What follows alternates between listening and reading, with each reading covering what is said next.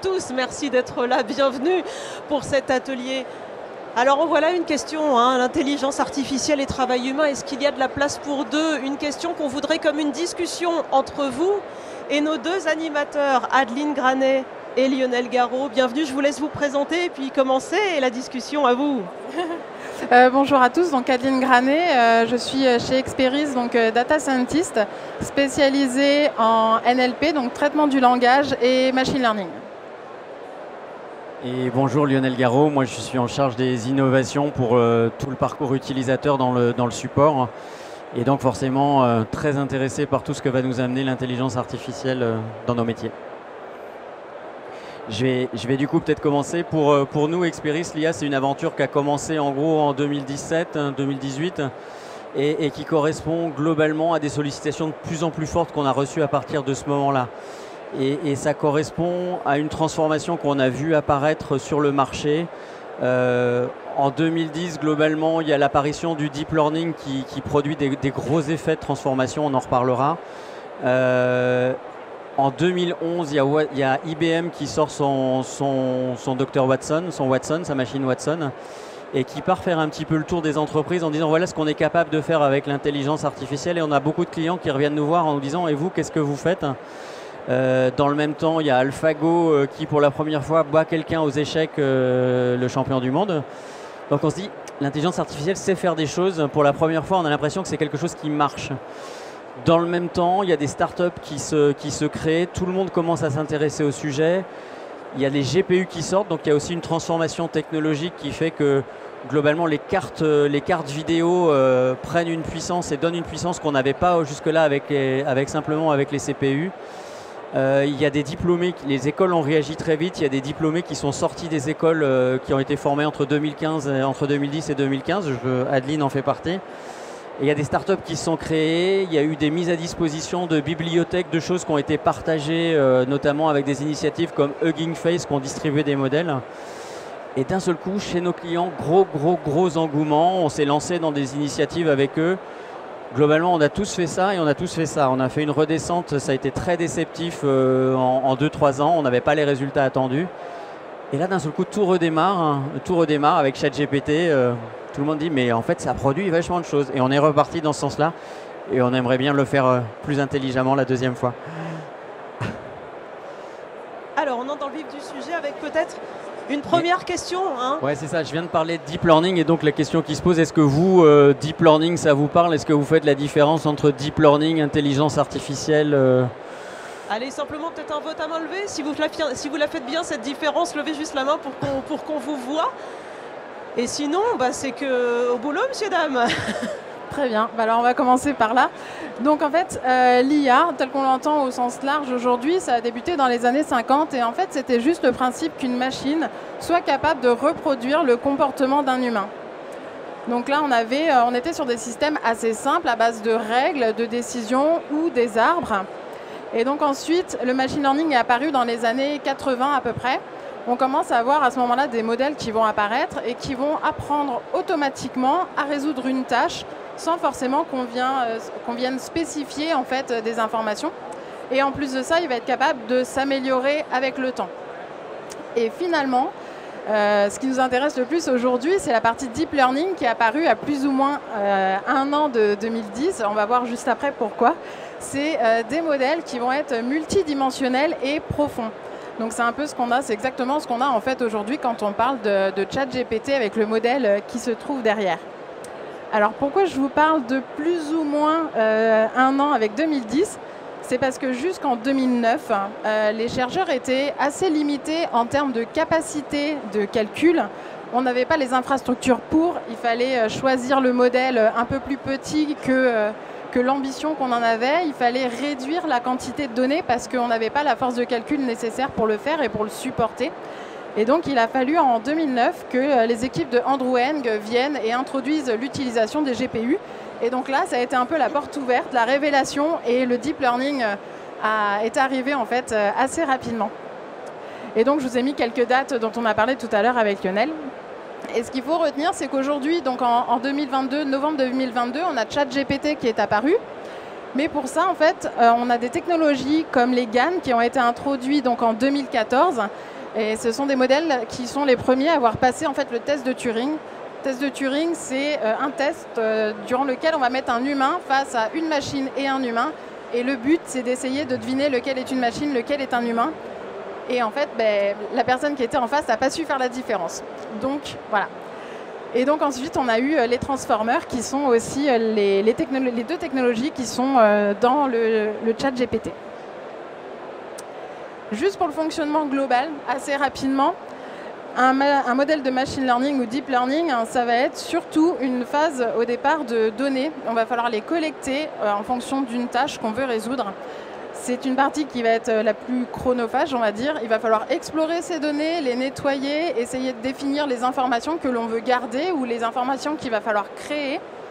Une fois que cette étape-là est faite, on va pouvoir ensuite définir le type de modèle que l'on souhaite et avoir les étapes d'apprentissage et d'évaluation. Si jamais l'évaluation n'est pas concluante, on va pouvoir revenir soit travailler sur les données, les modifier, ou alors modifier potentiellement le modèle. Et finalement, en entreprise surtout, on va avoir la partie industrialisation. Et donc là, il va falloir penser au déploiement chez un client, à son intégration aussi, parce qu'il y a des infrastructures à prendre en compte et qui ne sont pas forcément les mêmes qu'on peut avoir en recherche. Et enfin, la maintenance. Il faudra peut-être penser de temps en temps à faire un nouvel apprentissage avec des nouvelles données de notre modèle pour qu'il soit un petit peu plus à jour. Alors à vous maintenant la parole. Est-ce que vous qui êtes ici, est-ce que vous avez déjà testé ChatGPT? Pour quels besoins? On aimerait bien que vous nous racontiez vos histoires, vos expériences utilisateurs récentes, forcément. N'hésitez pas à lever la main pour intervenir, pour qu'on puisse bien vous localiser et tendre le micro. Mais on aimerait savoir qui a testé vie quotidienne, vie entrepreneuriale, vie de l'entreprise. Qui a donc testé ChatGPT? Allez, on passe le micro et comme ça vous pourrez intervenir assez facilement. À vous la parole.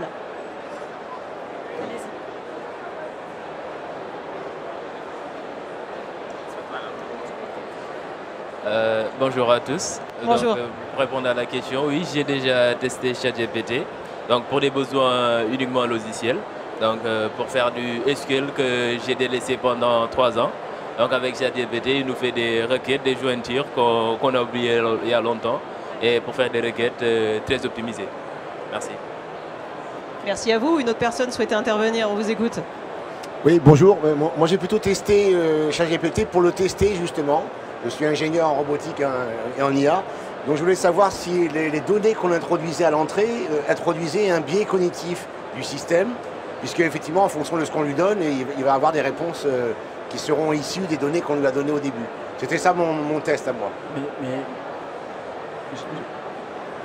Aline et Lionel, réponse? Ouais, je dis, on voulait vraiment venir sur ce sujet, effectivement. C'est une des dérives possibles, effectivement, c'est que ça brasse des données. Et le modèle et les données peuvent apporter des choses, on l'a beaucoup vécu. Il y a une émission très intéressante sur ce sujet-là, sur comment gérer ces biais cognitifs. D'abord, il faut savoir que l'IA, c'est globalement développé par des hommes blancs. Donc ça veut dire que ça travaille pour des hommes blancs. Et que dès lors qu'on n'est pas un homme, c'est compliqué. Dès lors qu'on est noir, c'est compliqué. Dès lors qu'on est une femme et racisée, on n'est pas dans le modèle. Donc ça joue. Et puis il y a d'autres éléments, ça s'est beaucoup documenté, notamment de ChatGPT.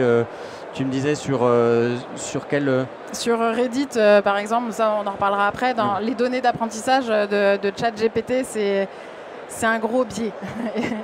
Et donc on a connu des dérives racistes des modèles, on a connu, donc c'est quelque chose à surveiller et c'est un vrai sujet dans l'IA. Et on vous laisse intervenir. Allô, allô. Oui, j'ai une agence social média, je m'en suis servi pour créer du texte, pour créer des statuts et pour créer des images, ça fonctionne très très bien.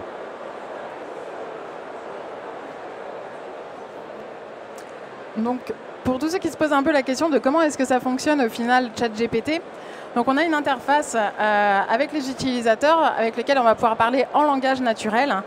Et il faut savoir que derrière ChatGPT, ce qu'on a, c'est un modèle GPT qui va, lui, comprendre un peu la question et générer une réponse. Donc ça a été produit par OpenAI. Alors GPT, en fait, c'est que ça a une vraie signification derrière. Ça veut dire générative pre-train transformer model. Et donc ça revient exactement à ce que je vous ai présenté tout à l'heure. C'est les différentes technologies qui sont apparues. Et donc, à la base, c'est un modèle de langage. Un modèle de langage, qu'est-ce que c'est? C'est un modèle qui va nous permettre de définir la probabilité d'une séquence. Par exemple, si je vous dis « le chat est », la probabilité que le mot suivant soit 1 est beaucoup plus forte que c'est la probabilité que ce soit un une. Jusque-là, tout le monde est d'accord. Et en fait, c'est exactement comme ça que fonctionne le modèle de GPT. Il n'a absolument pas de représentation du monde. Il n'est pas capable de faire de liaison entre une personne et des œuvres, par exemple, contrairement à BERT de chez Google qui est capable de le faire. Et donc, ils ont utilisé 45 téraoctets de données pour faire l'apprentissage. Et là-dedans, on va trouver énormément d'informations. Il y a des textes web, il y a des archives Common Crawl, des livres aussi, Wikipédia. Et donc, ce qu'on disait tout à l'heure avec les biais, c'est en effet Reddit. Les pages de Reddit ont été utilisées pour faire l'apprentissage. Donc, tout ce que vous pouvez trouver, il n'y a pas de filtre qui a été fait, il n'y a pas une personne humaine qui a pu vérifier en fait l'intégrité des informations qui ont été mises dans le modèle. Et donc, c'est un petit peu ça de là où on va avoir toutes les dérives qui peuvent apparaître aujourd'hui. Et en termes de caractéristiques pour le chat en lui-même, on va donc avoir des réponses construites et semblables à ce que fait l'homme. C'est ce qu'on lui demande au final. Il est capable de rédiger du code et en effet, il est plutôt bon pour rédiger du code. Ça, c'est assez intéressant. Et il peut faire des poèmes, il peut faire énormément de choses. Surtout avec la nouvelle version en ce moment, avec le chat GPT 4, où vous allez pouvoir intégrer des images. Et on a donc les limites qui sont indiquées sur la page d'OpenAI clairement, où ils disent que les réponses peuvent être biaisées, inexactes et inappropriées. Et quand on comprend en fait le but du modèle GPT qui est derrière, c'est bien un modèle de langage et pas un modèle de connaissance. Et donc c'est pour ça que les informations que vous pouvez avoir à l'intérieur sont inappropriées ou inexactes. Si vous demandez des informations sur un auteur et en fait on n'a pas assez d'informations dans votre base de connaissances, il va aller prendre un auteur qui a un profil assez similaire au final parce que les phrases sont assez fluides. Et en termes de warning, on va avoir les problèmes d'éthique, donc on en revient aussi un peu avec ces biais, et l'utilisation qu'on va en faire. C'est souvent les utilisations malveillantes vont apparaître. On a de la génération de fake news, on va avoir les mails de phishing qui sont beaucoup plus performants qu'avant, et la génération de malware. Ouais, ça peut générer du code, donc forcément on a les dérives qui vont avec. Et il faut savoir qu'en l'espace de 2 mois, il y a eu plus de 100 millions d'utilisateurs. Alors, si on se positionne chez Experis. C'est ça, je vais revenir un petit peu chez Experis où on ne s'est pas jeté sur ChatGPT au départ. 2017-2018, je vous disais, beaucoup de demandes autour de l'IA. Nous, on a investigué, on s'est dit quels apports possibles il pourrait y avoir dans les métiers du support aux utilisateurs. On a fait un petit tour des startups, c'est là qu'on s'est rencontrés. On a rencontré une startup qui s'appelait Vertigo, on a fait une joint venture et on a travaillé comme ça pendant quelques années avant que vous intégriez directement Experis. On a fait beaucoup de R&D en recherche de cas d'usage. Vraiment, on s'est posé la question à quoi ça pourrait servir. On a essayé de calculer des délais de résolution. On a appris à gérer les tickets de l'ITSM depuis la couche intelligence artificielle. On a été jusqu'à faire de l'intégration dans Teams déjà il y a quelques années. On a expérimenté des arbres de décision, de résolution. Et on a fait tout un tas de choses. Il y a des choses qui ont bien marché, il y a des choses qui n'ont pas marché. Et aujourd'hui, on est arrivé sur une version plus stable et plus simple qui simplement essaye de trouver les meilleures réponses qu'un utilisateur pourrait trouver s'il cherchait par lui-même dans toutes les informations que son entreprise lui a mis à disposition. Et on intègre comme ça le reste du travail humain, ça vient intégrer la chaîne de support. C'est un passage possible avant d'aller vers le service desk qui va simplement amplifier l'autonomie de l'utilisateur et on va l'interconnecter à tout le processus de production. Ce n'est pas un outil qui est à côté. Et du coup, on reboucle la boucle, on dit ça, on commence à le commercialiser. Désormais, on repart sur une phase de R&D avec Adeline, où on va plus s'interroger sur comment on pourrait peut-être écouter nos utilisateurs et comment ils s'expriment, de quoi ils nous parlent, pour essayer de comprendre pour quelles raisons ils nous appellent et voir si ça évolue dans le temps, s'ils sont plus ou moins satisfaits selon les sujets qu'ils viennent aborder avec nos techniciens dans les services desk, etc. En tout cas, c'est des sujets qu'on va commencer à investiguer. Et c'est précisément là qu'on aimerait bien avoir à nouveau votre avis, c'est sur la question du retour d'expérience, maintenant qu'on aimerait avoir votre avis. Quel retour d'expérience vous avez de vos éventuelles d'utilisation pour ceux qui les ont déjà utilisés, l'intelligence artificielle, ou bien si vous avez des connaissances, des initiatives qui ont été prises autour de vous, quel retour d'expérience vous en avez eu? Là aussi, vous n'hésitez pas à vous signaler pour qu'on puisse vous repérer et vous tendre le micro, parce que les retours d'expérience vont être intéressants, effectivement. C'est bien de savoir qu'on l'a utilisé, l'intelligence artificielle, ChatGPT, appelez-la comme vous voulez, mais c'est bien aussi de savoir ce qu'on en a fait pour que eux, derrière, puissent bosser à l'expérience utilisateur et sur ce que ça peut donner. Retour d'expérience une fois, retour d'expérience 2 fois. En avez-vous? Intéressant. Il y en a qui ont implémenté dans leurs entreprises des choses... ouais. Ici. Bien sûr, je pense qu'aujourd'hui, toutes les entreprises se posent la question, que ce soit sur les génératives AI ou les intelligences artificielles de manière générale. Tout le monde cherche comment ça va venir percuter les différentes fonctions, que ce soit les activités support ou les autres activités. Moi, je pensais justement, enfin, c'est ce que je m'attendais de votre présentation, en fait, c'est que vous allez nous apporter des éléments et non pas que vous cherchiez des éléments pour, pour construire votre réflexion. Mais clairement, en fait, aujourd'hui, ça se pose la question vraiment des fonctions support. On pense aujourd'hui à la comptabilité, on pense aujourd'hui au support informatique. On voit aujourd'hui qu'on peut créer, ne serait-ce que pour créer les dashboards, les reporting pour le top management ou pour les comités de direction. On voit aujourd'hui que potentiellement, les utilisateurs pourraient directement requêter à la fois les différentes bases de données, les data lakes, en langage naturel, hein, notamment via tout ce qui est les fonctionnalités NLP, NLG, les large language models qui sont en cours de développement. Donc ça pose vraiment des questions sur le devenir des fonctions support. Donc je pense à l'IT, je pense à la data, je pense à la compta, et moi c'est là-dessus que je vous attends en fait. C'est vrai que... Alors il y a deux choses, hein. La façon dont on l'a utilisé nous, et n'hésitez pas à venir me voir après parce que je peux vous expliquer ce qu'on en a fait, on n'aura pas forcément le temps ici. Par contre effectivement on se pose cette question, mais c'était bien le sujet de la discussion sur c'est la première fois en fait, jusque là on a déjà eu ces problématiques là dans les années 50 avec plein d'automatisation mais sur des sujets manuels. Et pour la première fois on automatise un travail de gens qui n'ont pas l'habitude d'être secoués. Le mien, celui de nos comptables, le nôtre, et du coup d'un seul coup on se retrouve avec des problématiques qu'ont connues les ouvriers il y a quelques années, donc ça nous remet tous en cause et on va tous je pense que c'est surtout l'humilité qui doit nous guider là-dedans, c'est-à-dire qu'on ne sait pas à l'avance. Globalement, moi automatiser certaines de mes tâches ça me fait pas peur, je me dis que si demain je travaille moins et que il faut juste qu'on voit comment socialement on s'équilibre par rapport à ça, c'est-à-dire comment on se redistribue le modèle, c'est une vraie question, hein, c'est ça, hein. Mais après, travailler moins, c'est pas en soi forcément un problème. Alors, est-ce que ça suscite une ou deux autres interventions éventuellement? Sinon, la question de la problématique reste patente, effectivement, hein, et vous la maîtrisez aussi, et vous êtes en train de l'étudier en tout cas, la question de la problématique liée à l'intelligence artificielle. Je pense qu'effectivement, il y a deux problématiques fortes dans le monde qui nous traverse. C'est comment ça redessine notre interaction entre socio-économique en fait, entre notre travail, notre valeur travail et puis ce qu'on gagne au jour le jour. Ça va être intéressant aussi de voir comment ça recompose justement la valeur de nos travails à chacun les uns les autres.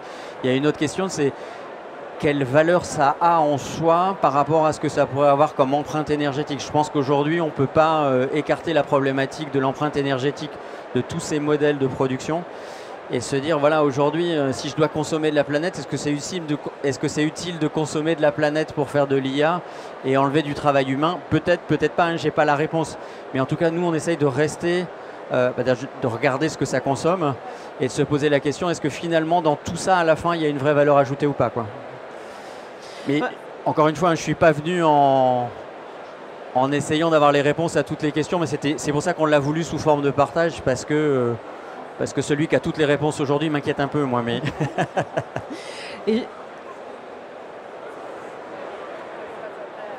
non, je veux bien rebondir là-dessus, hein. Aussi, il y a, on parle d'impact environnemental. L'homme a un impact environnemental. Donc, quand une IA génère une page de texte ou quand une IA génère une image, est-ce que l'homme, quand il utilise Photoshop pour générer une image, ne génère pas un impact environnemental? Et au final, est-ce que quand l'homme génère un article pour un journal quelconque, est-ce qu'il n'a pas aussi un impact environnemental? Donc ça vient aussi percuter notre propre existence. Hein. Nous, on a un impact environnemental sur notre planète, il ne faut pas l'oublier. Tout à fait d'accord. Est-ce qu'il y a d'autres avis sur cette notion de problématique, justement, que vous soulevez très justement? Il y en a plusieurs, la problématique économique, la problématique environnementale, la problématique éthique aussi, la problématique de la collecte des données. Est-ce que vous avez éventuellement des questions à poser à nos animateurs ou bien des remarques à faire là-dessus, comme vous l'avez fait très justement, monsieur? Et vous voyez qu'il y a énormément de problématiques, encore une fois, économiques, environnementales, entrepreneuriales aussi, dans toutes les logiques. Qui voudrait intervenir là-dessus, toujours en levant la main? Si, oui. Ne pensez-vous pas qu'il y a aussi un effet de mode dans ce dont on parle aujourd'hui? Quand on fait le tour du salon, il n'y a pas un stand où il n'y a pas le mot AI au tableau. Pour la plupart, d'ailleurs, c'est pas l'intelligence artificielle pour la plupart, hein, c'est de l'algorithmique et du traitement traditionnel. Donc finalement, il y a aussi cet effet de mode qui va accélérer peut-être les usages, on va se forcer à trouver des usages. Mais comme le disait monsieur, peut-être que ce n'est pas toujours nécessaire. Peut-être. Oui, c'est ça. Il faut trouver les bonnes tâches en fait, à solutionner. En réalité, à l'origine, quand on réfléchissait à l'IA, c'était vraiment essayer d'enlever la partie répétitive et longue pour qu'on puisse se concentrer sur quelque chose de peut-être plus intéressant et valorisant pour nous quand on travaille. Aujourd'hui, oui, il y a beaucoup d'applications qui sortent et on vient mettre un peu d'IA un peu partout. Personnellement, hier, j'ai assisté à des conférences où on a commencé à parler de ChatGPT alors que je n'ai pas compris pourquoi est-ce qu'on en venait là. Mais tout le monde se doit aujourd'hui, j'ai l'impression, de donner son avis sur ça. C'est devenu un peu la mode et c'est aussi pour ça qu'on a voulu revenir sur, au final, les bases, de donner une vraie définition de qu'est-ce qui se cache derrière de l'IA ou du deep learning, qu'est-ce qu'on en fait aujourd'hui, les problématiques qu'on en a, pour revenir aussi sur les problèmes d'éthique ou de consommation énergétique. J'ai fait des recherches sur ChatGPT. Il y a des études qui ont été faites. On a très peu de données à l'heure actuelle. Donc on a essayé de faire des comparaisons pour savoir, en termes énergétiques, l'utilisation qu'on en a aujourd'hui. Et on l'a tous vu tout à l'heure. Chacun a essayé, pour son utilisation personnelle, de faire des choses. En gros, on a une estimation sur un mois d'utilisation de ChatGPT. Ça équivaut à 175 000 habitants sur la consommation énergétique de ces habitants-là. En un mois. Est-ce que c'est valable? Et je parle que de la partie ChatGPT et absolument pas de la partie apprentissage du modèle. Parce que ça aussi, c'est une autre partie. Et on ne va pas se mentir, normalement, c'est beaucoup plus, c'est quelque chose comme 10 fois plus en termes d'énergie. Donc il y a énormément de choses à prendre en compte là-dessus. Là aussi, c'est une vraie question, effectivement, la question environnementale, si quelqu'un veut intervenir là-dessus.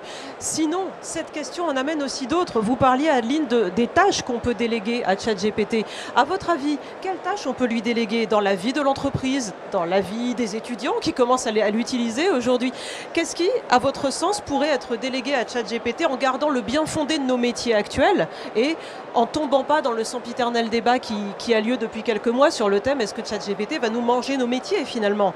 Et là, on a une intervention sur le sujet. Tout ce qui est au niveau du knowledge management, donc la gestion de la donnée, c'est des choses qu'on peut déléguer, je pense, à des outils comme ChatGPT. Avez-vous une réponse? Elle est dure, celle-là. Oui.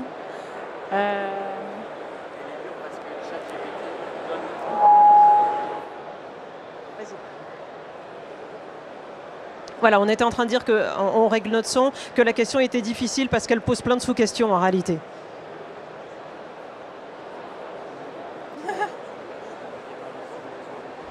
J'essaye avec ça, ouais, ça marche mieux. Juste l'idée qu'il y a derrière tout ça, c'est qu'effectivement, on voit des réponses qui nous paraissent extrêmement pertinentes de ChatGPT. Et on revient sur la logique des données, ça a été entraîné sur énormément de données. On se trouve que quand nous on fait fonctionner des modèles en entreprise, on se sert des modèles de données ou des données qu'il y a dans les entreprises et que ces données sont très peu structurées et souvent relativement inexistantes et cachent beaucoup de données historiques complètement fausses aujourd'hui. Et donc on n'aura pas le même volume de données et on n'a pas beaucoup de données pertinentes et exactes à mobiliser. Et vraiment la difficulté de base aujourd'hui qu'on rencontre, nous, c'est l'accès aux données. Hein. C'est pour ça qu'on avait mis ce schéma tout au départ. Hein. C'est la qualité et la quantité de la donnée. Ouais. Avez-vous une réponse ou une autre question ou bien quelqu'un d'autre? Oui. Il y a peut-être un exemple concret. Il y a un grand cabinet d'avocats parisien qui est spécialisé dans le droit du numérique, qui a dit, bon, finalement, nos avocats consomment 50% de leur temps dans la recherche d'informations, dans la rédaction d'actes juridiques. On va confier ça à de l'IA et on va se concentrer sur la vraie intelligence, la vraie stratégie, comment utiliser ça pour nos clients finalement. Parce que passer 50% de son temps à rechercher des jurisprudences, il n'y a pas trop de valeur ajoutée. Voilà. Et il le fait déjà aujourd'hui. Aujourd'hui, il fait déjà ça. Oui, il y a des entreprises qui sont spécialisées en effet dans ce domaine-là, à Paris, à Nantes notamment, qui travaillent pour ça. Et on le voit bien, hein, tous ceux qui l'ont expérimenté aussi sur la partie développement web ou développement de façon générale, je ne sais plus qui nous en parlait tout à l'heure. Bah, globalement, comme tu l'as expliqué sur le côté, ça génère du texte et ça génère les réponses les plus probables. C'est des choses qui sont extrêmement... Les données de source sont extrêmement standardisées et donc la répétabilité des données sources, elle fonctionne très très bien. Donc ça, on voit que ça fonctionne bien, qu'on est capable d'accélérer nos capacités de développement en proposant une problématique à ChatGPT et en lui disant produis-moi un code qui va répondre à cette question-là, et il produit un code assez pertinent qu'on est capable de retravailler derrière, mais de la même façon que tu le disais sur les avocats, et d'un seul coup il nous a fait toute la première matière qui nous aurait coûté du temps, et on peut se concentrer sur l'intelligence du tuning. Toi c'est l'intelligence de la stratégie, mais effectivement c'est super intéressant. C'est juste qu'il ne faut pas se tromper, c'est pour ça que c'est hyper important de savoir comment ça marche et où est-ce que ça va être utile, où est-ce que ça peut être dangereux ou biaisé, quoi. Et ça, effectivement, c'est une partie du cœur de la discussion, le côté dangereux ou biaisé et le côté chronophage que tu signalais à l'instant. Enlever des tâches chronophages, ça peut être effectivement l'une des vocations de ChatGPT. Pour reprendre l'intervention qui avait été menée tout à l'heure, qu'est-ce que vous lui voyez comme autre potentialité à ChatGPT ? On parle de la vie de l'entreprise, on parle de la génération de texte, on parle de déléguer des tâches qui sont beaucoup trop chronophages pour certains gestionnaires ou pour certains salariés. Est-ce que ça vous donne à vous des idées? Si vous êtes peut-être chef d'entreprise, d'ailleurs, on en a peut-être dans l'assistance, ou si vous êtes manager qui aimeriez déléguer des tâches chronophages, est-ce que ça vous donne des idées? Ou bien, est-ce que finalement cette discussion est en train de susciter chez vous des inquiétudes auxquelles vous n'aviez pas pensé avant? Ça n'a que quelques mois, hein, ChatGPT au final. Donc est-ce que c'est en train de susciter des inquiétudes? Éventuellement, c'est peut-être sur ce dernier point que vous réagissez. Oui. Ça marche pas? Ok. C'est surtout une question en fait sur tu disais par rapport à la knowledge base qu'il y a des problèmes pour avoir des knowledge base propres. Et on a également le même problème, je suis en finance, sur les data et sur le cleaning des data. Est-ce qu'on peut imaginer ChatGPT nettoyer les bases de données sur lesquelles il s'appuiera derrière? Et dans le cadre de la knowledge base, ça peut être pomper les sources d'alimentation d'une knowledge base pour créer lui-même la knowledge base, ou dans le cadre de données financières ou autres, venir trouver les imperfections et nettoyer les imperfections pour pouvoir après faire les analyses dessus. Donc travailler en amont sur la data, que ChatGPT travaille en amont sur la data et pas seulement en exploitation d'une data propre.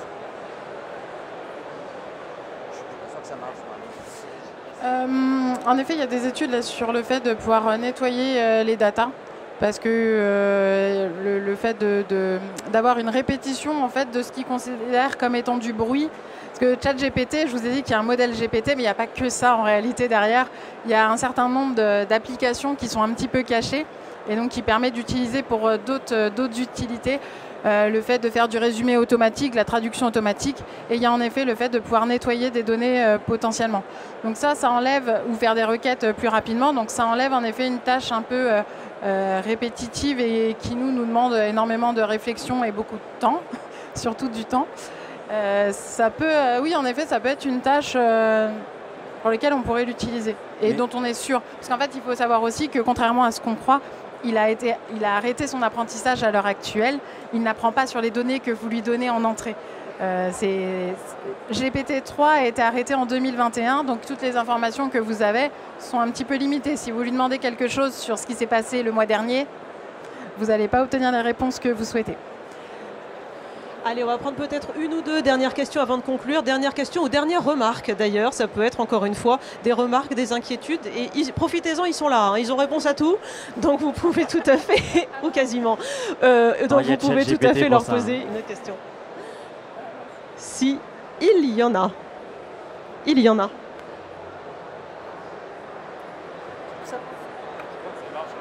Oui, pardon. Bonjour.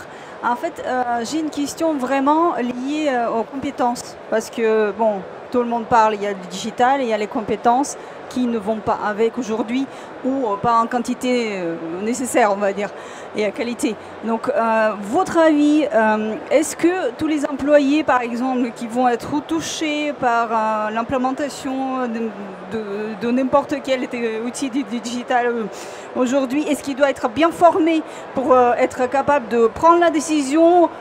Pourquoi je veux utiliser cet outil, dans quel cas ça va être utile, ou c'est mieux d'avoir des consultants externes qui pourront vraiment donner la bonne réponse. Parce que alors que chaque industrie, chaque entreprise est tellement c'est personnalisé, on va dire, c'est vraiment difficile.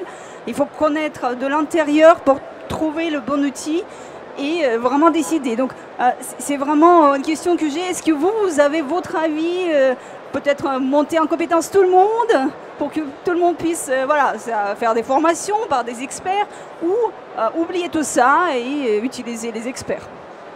Alors moi, c'est vraiment le cœur de métier de transformation qu'on a dans le support. Aujourd'hui, nous, on vend du support, hein, et vendre du support, c'est répondre à des gens qui ont des problématiques. Et globalement, 80% des problématiques sont « je ne sais pas me servir de l'outil qu'on m'a donné ». On a l'impression qu'il y a beaucoup de problématiques informatiques. Je pense qu'il y a beaucoup de problématiques de formation.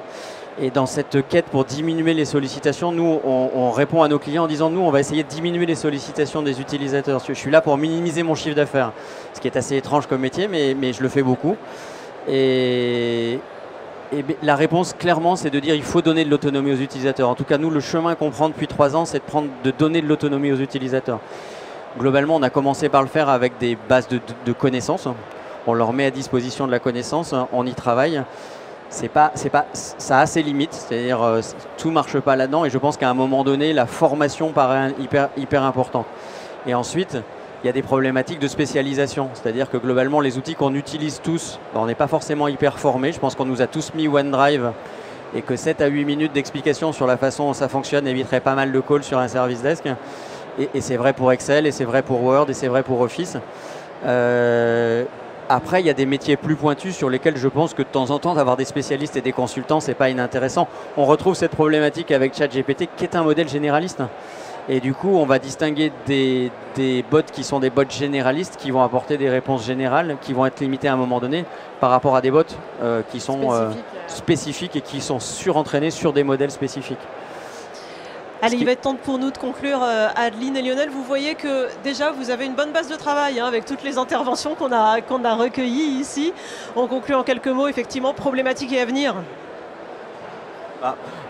Moi, ce que je dis déjà, c'est documentons-nous. Hein, c'est vraiment tout le monde parle d'IA.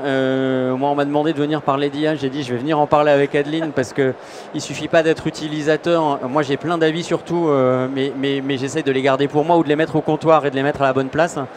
Et quand on veut parler sérieusement, surtout se documenter, parce qu'il y a aussi plein de gens qui viennent dans l'autre sens en disant ça fait hyper peur. Tout ce qu'on ne connaît pas, ça fait peur. Donc, documentons-nous. C'est pas magique, l'intelligence artificielle, mais ça a l'air d'être magique. Donc, ça peut faire peur, comme tout ce qui est magique, ou ça peut faire rêver, comme tout ce qui est magique.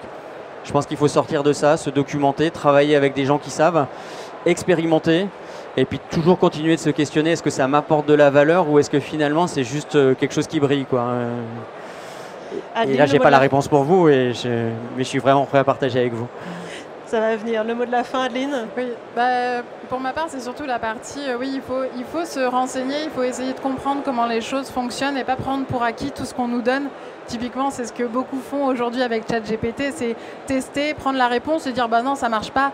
Mais il n'est pas fait pour donner une réponse réelle, il est fait pour vous donner une réponse qui ressemble à une réponse qu'un ami, un voisin pourrait vous donner sans avoir forcément la connaissance pour.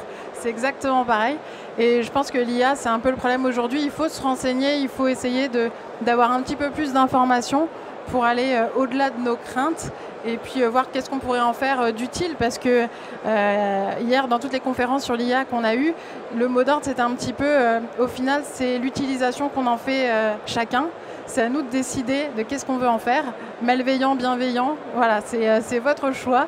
Et donc, c'est l'utilisation de demain qu'on verra peut-être émerger ici. Merci à tous les deux, merci à tous pour votre participation active et n'hésitez pas effectivement à venir discuter avec eux.